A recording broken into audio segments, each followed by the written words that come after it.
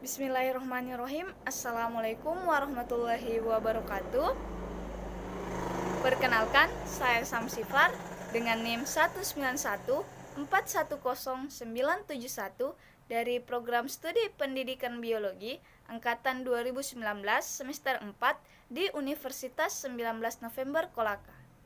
Kali ini saya akan menjelaskan materi tentang hormon tumbuhan atau fitohormon untuk memenuhi salah satu tugas mata kuliah saya, yakni mata kuliah Fisiologi Tumbuhan yang diampu oleh Ibu dosen Maretik SP MSI. Oke, langsung saja kita ke pembahasan. Hormon tumbuhan. Hormon merupakan kata yang berasal dari bahasa Yunani yaitu hormein yang berarti menggerakkan. Hormon juga disebut sebagai chemical center atau pembawa pesan kimia. Hormon ini sendiri merupakan senyawa organik yang diproduksi di bagian tubuh dalam kadar yang sangat kecil atau konsentrasi yang sangat kecil dan diangkut ke bagian tubuh yang lainnya yang nantinya akan mempengaruhi sel atau organ tertentu sebagai bentuk respon fisiologisnya. Konsep hormon ini pada mulanya hanya digunakan oleh para ahli fisiologi hewan untuk menganalogikan hormon yang ada pada tubuh hewan. Nah, konsep hormon dari fisiologi hewan inilah yang menjadi patokan bagi para ahli fisiologi tumbuhan, di mana ia menemukan bahwa beberapa zat yang ada pada tumbuhan memiliki sifat yang sama dengan beberapa zat yang ada di hewan. Sehingga hal tersebutlah yang meyakinkan para ahli fisiologi tumbuhan untuk menggunakan istilah fitohormon untuk menyebut hormon tumbuhan itu sendiri. Kebanyakan ahli fisiologi tumbuhan menyebut hormon tumbuhan sebagai zat pengatur tumbuh tanaman. Karena istilah tersebut dapat mewakili baik itu zat-zat endogen maupun zat-zat eksogen yang mempengaruhi tumbuh tanaman.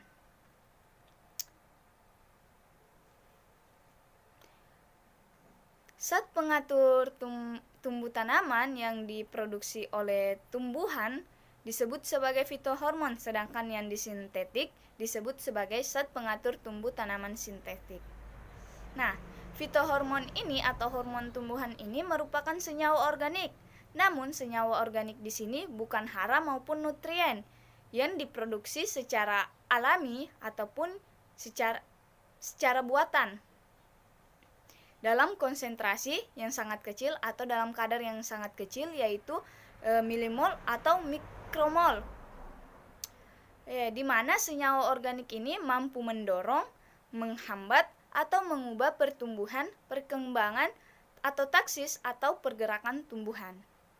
Nah, secara fisiologis, fitohormon atau hormon tumbuhan ini merupakan disebut sebagai pengantar pesan antar sel yang dibutuhkan untuk mengontrol seluruh siklus hidup tumbuhan mulai dari perkecambahan, perakaran, pembungaan, pembuahan, dan pertumbuhan. Jadi dapat disimpulkan bahwa fitohormon ini merupakan dapat dikatakan sebagai koordinator dalam seluruh rangkaian proses pertumbuhan dan perkembangan tumbuhan itu sendiri. Nah, fitohormon ini dapat dihasilkan dari jaringan-jaringan non-spesifik, biasanya terdapat pada jaringan yang bersifat meristematik ketika mendapatkan rangsangan. Selanjutnya kita masuk di jenis-jenis fitohormon. Ahli botani menemukan 5 jenis hormon pada tumbuhan yang terdiri dari auksin, giberlin, sitokinin, etilen, dan asam absisat. Nah, menurut Kukerja et al. Pada tahun 2004, auksin, giberlin, sitokinin, dan gas etilen merupakan promotor atau aktivator dalam pertumbuhan dan perkembangan tanaman, sedangkan asam absisat merupakan faktor inhibitor atau penghambat dalam pertumbuhan tanaman. Selain itu, dari beberapa penelitian, dia itu membagi fitohormon ini dalam 2 kelompok besar. Yang pertama yaitu mayor hormon atau hormon utama. Dari katanya saja yaitu mayor berarti besar atau kebanyakan, banyak dia kalau mayor.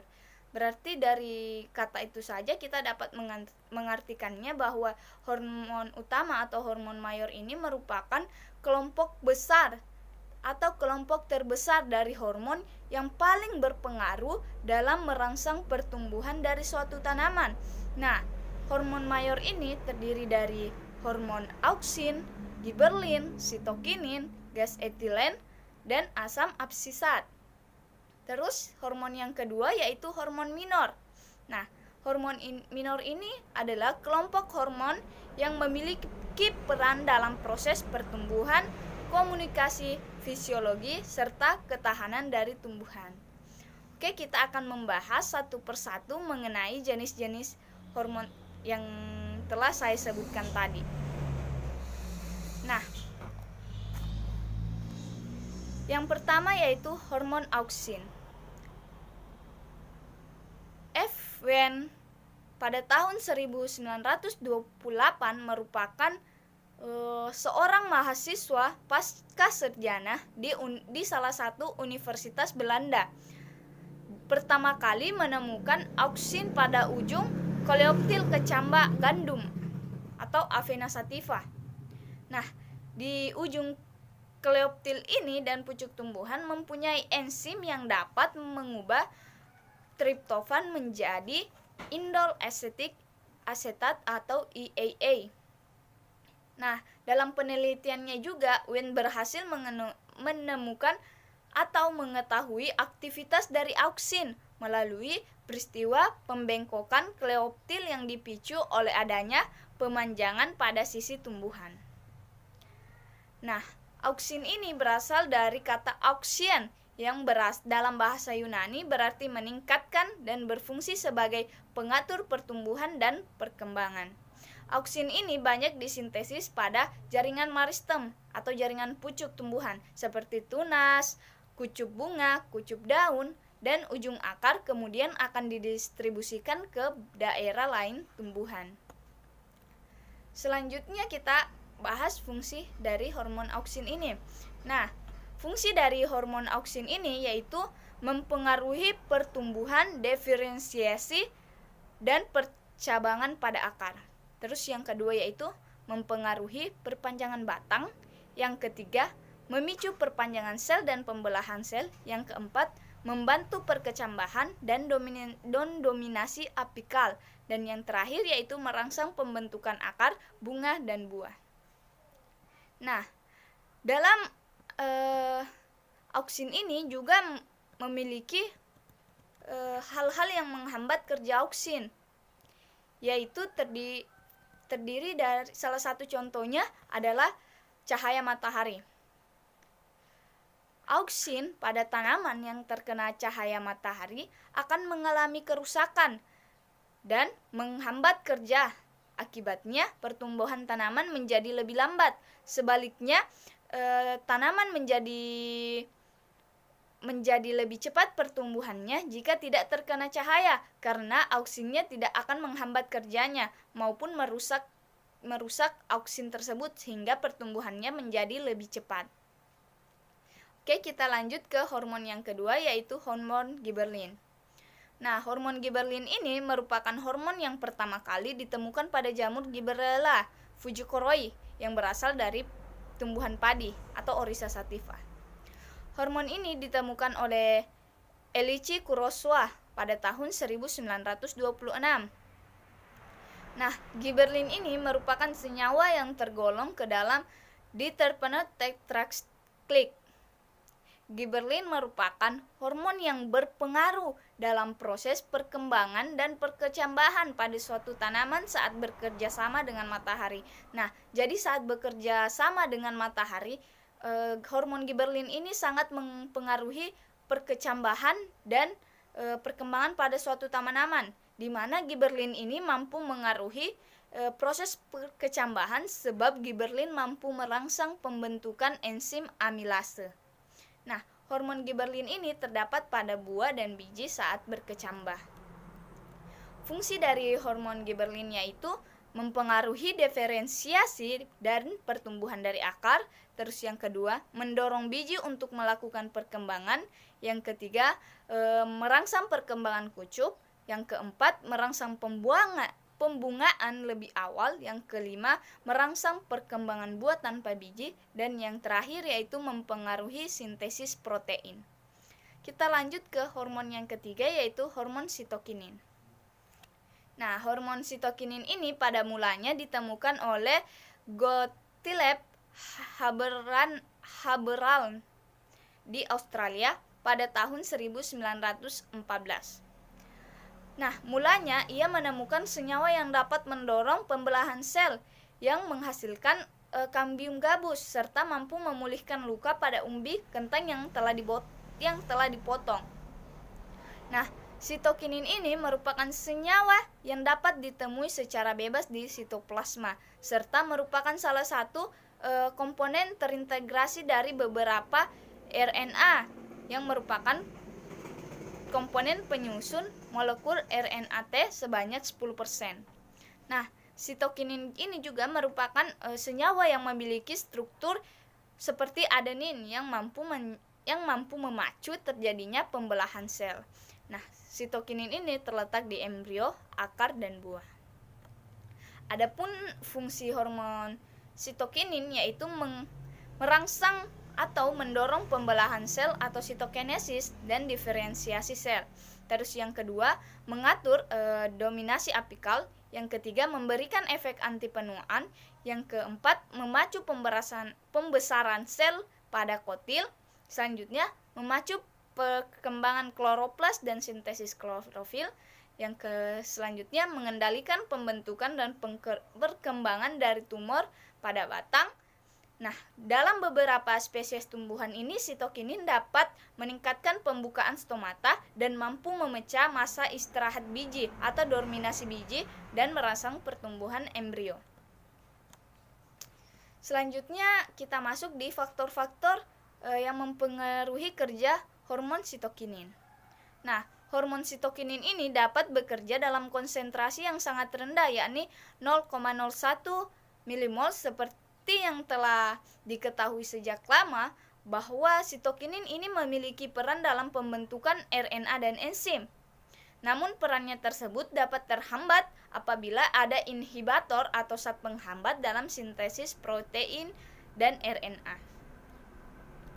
Selanjutnya yaitu hormon etilen. Nah, hormon etilen ini pertama kali ditemukan pada abad ke-20, di mana ini petani melakukan pengeraman terhadap buah jeruk dalam lumbung yang diberi kompor minyak tanah di dekatnya. Mulanya para petani ini yakin bahwa panas yang muncul dari kompor tersebutlah yang menyebabkan buah menjadi matang.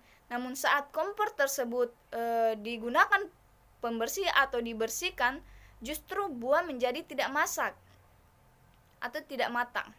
Nah, sehingga itulah berdasarkan penelitian yang dilakukan oleh Dmitry N. Nuljobo yang merupakan ahli fisiologis yang berasal dari Rusia, yang pertama kali menyatakan bahwa etilen dapat mempengaruhi pertumbuhan pada suatu tanaman. Kemudian ia kembali melakukan penelitian pada tahun 1901.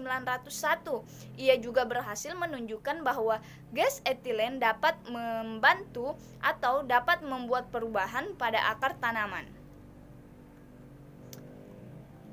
Nah, etilen ini merupakan senyawa hasil dari reaksi pembakaran tidak sempurna dari senyawa yang memiliki banyak ikatan karbon seperti minyak bumi, gas alam maupun batu bara. Hormon etilen ini merupakan hormon tumbuhan yang secara umum berbeda dengan hormon yang lainnya seperti auksin, sitokinin, dan giberlin. Karena etilen ini dalam keadaan normal itu berbentuk gas. Secara garis besar, etilen ini dibagi menjadi dua kelompok besar, yakni etilen endogenus dan etilen eksogenus. Etilen endogenus ini merupakan etilen yang dihasilkan di dalam tubuh tumbuhan, sedangkan etilen eksogenus ini merupakan gas etilen yang dihasilkan atau gas etilen yang terdapat di lingkungan. Setelah kita membahas mengenai pengertiannya, kita akan membahas lagi tentang fungsinya. Adapun fungsi dari hormon etilen itu sendiri yaitu merangsang proses pematangan buah seperti apa yang telah dijelaskan tadi. Terus yang kedua merangsang absisi. Terus yang ketiga mendukung epinasti. Epinasti ini merupakan proses melengkungnya daun ke bawah. Terus selanjutnya seiring meningkatnya produksi etilen sebagai respon dari stres dan sebelum mati. Terus yang terakhir yaitu menghambat pembungaan pada hampir semua spesies kecuali pada nanas, mangga, dan bromeliad. Nah, faktor yang mempengaruhi hormon etilen ini yaitu interaksi dengan hormon lain, misalnya auksin. Jika dia bereaksi dengan hormon auksin, maka akan terjadi peningkatan yang menyebabkan terjadinya peningkatan etilen juga. Terus yang kedua yaitu pembentukan senyawa metabolisme dengan metaloenzim. Etilen dapat aktif dalam kondisi normal jika berikatan dengan metaloenzim dan oksigen. Jika konsentrasi karbon dioksida meningkat, maka peran dari etilen akan digantikan oleh CO2 atau oksigen tersebut sehingga proses pematangan yang dilakukan etilen ini terhambat. Terus yang ketiga yaitu ada faktor lingkungan seperti suhu, kadar oksigen, dan lain sebagainya.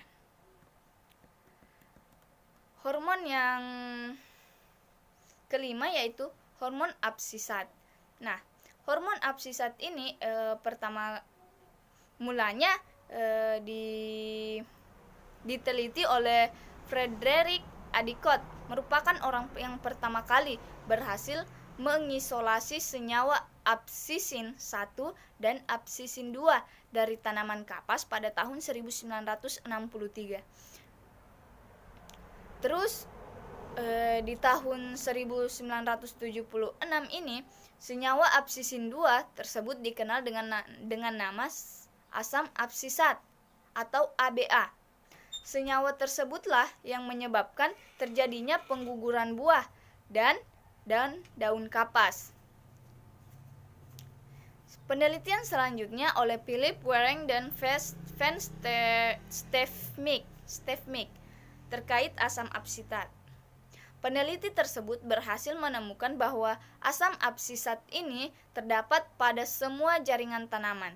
Nah, asam absisat merupakan hormon yang kerjanya menghambat pertumbuhan dan bersifat antagonis dengan golongan hormon yang lainnya, yaitu seperti auksin, giberelin, sitokinin, dan gas etilen. Adapun fungsi dari hormon absisat ini yaitu merangsang stomata tertutup pada kondisi cekaman kekurangan air. Terus yang kedua menghambat pertumbuhan, yang ketiga mempertahankan benih dalam kondisi dorminasi. Terus yang keempat memacu pengguguran daun pada saat kemarau untuk mengurangi penguapan air. Yang kelima mengurangi kecepatan pembelahan dan pemanjangan sel bahkan menghentikannya. Nah, adapun peran asam absisat ini dalam menghadapi cekaman, misalnya saat menghadapi cekaman air atau cekaman kekurangan air atau cekaman kekeringan. Nah, saat menghadapi cekaman kekeringan, asam absisat ini yang terdapat pada tanaman akan bekerja dengan cara menutup stomata agar proses penguapan air ini menjadi berkurang. Terus yang kedua yaitu cekaman suhu dingin atau suhu yang rendah atau musim dingin. Dalam menghadapi cekaman berupa musim dingin ini, asam absisat akan menghambat dan menghentikan pertumbuhan sekunder dan primer pada tanamannya. Terus yang ketiga yaitu cekaman garam yang tinggi. Rawan garam akan menyebabkan asam absisat mendorong pembentukan osmotin melalui efek pada saat transkripsi. Tanaman memerlukan garam untuk mempertahankan sintesis osmotinnya. Adanya asam absisat eksogen dan tidak adanya garam menyebabkan tingkat osmotin tinggi, namun hal tersebut hanya berlangsung dalam waktu yang singkat. Nah, itulah tadi penjelasan dari hormon-hormon mayoritas atau hormon utama dalam proses dalam pertumbuhan tanaman atau yang ada dalam tanaman. Selanjutnya saya akan membahas tentang hormon minor pada tumbuhan. Yang pertama yaitu hormon asam traumalin. Nah, hormon asam traumalin ini disebut juga hormon luka atau hormon kambium luka. Fungsi hormon asam traumalin ini yaitu merangsang sel-sel pada daerah yang terluka menjadi jaringan yang bersifat meristematik, sehingga akan mempercepat proses penutupan pada bagian yang luka. Terus yang kedua yaitu hormon kalin. Nah, hormon kalin ini merupakan hormon yang dihasilkan pada jaringan meristem. Fungsi hormon kalin ini adalah memacu pertumbuhan organ tumbuhan. Nah, macam-macam hormon kalin ini dibagi menjadi 4 yaitu filokalin. Filokalin ini berfungsi untuk memacu pertumbuhan daun. Terus yang kedua, kaulokalin berfungsi untuk memacu pertumbuhan batang. Risokalin berfungsi untuk memacu pertumbuhan akar. Dan antokalin yang berfungsi untuk memacu pertumbuhan bunga. Terus yang ketiga yaitu hormon florigen.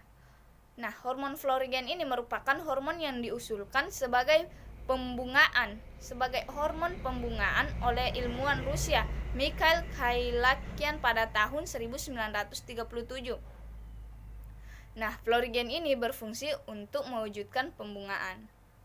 Terus hormon yang selanjutnya yaitu hormon basinolide. Nah, hormon basinolide ini ditemukan oleh John W. Mitchell, seorang peneliti dari Amerika yang berhasil menemukan hormon tersebut pada tepung sari bunga rape yang mampu mendorong pertumbuhan dari suatu tanaman. Hal tersebut dibuktikannya dari pemberian ekstrak dari bunga rape yang mendorong pertumbuhan dari kecamba buncis, lobak, ketang, dan selada. Demikianlah presentasi dari saya, lebih dan kurangnya mohon dimaafkan. Wabillahi taufiq wal hidayah. Wassalamualaikum warahmatullahi wabarakatuh.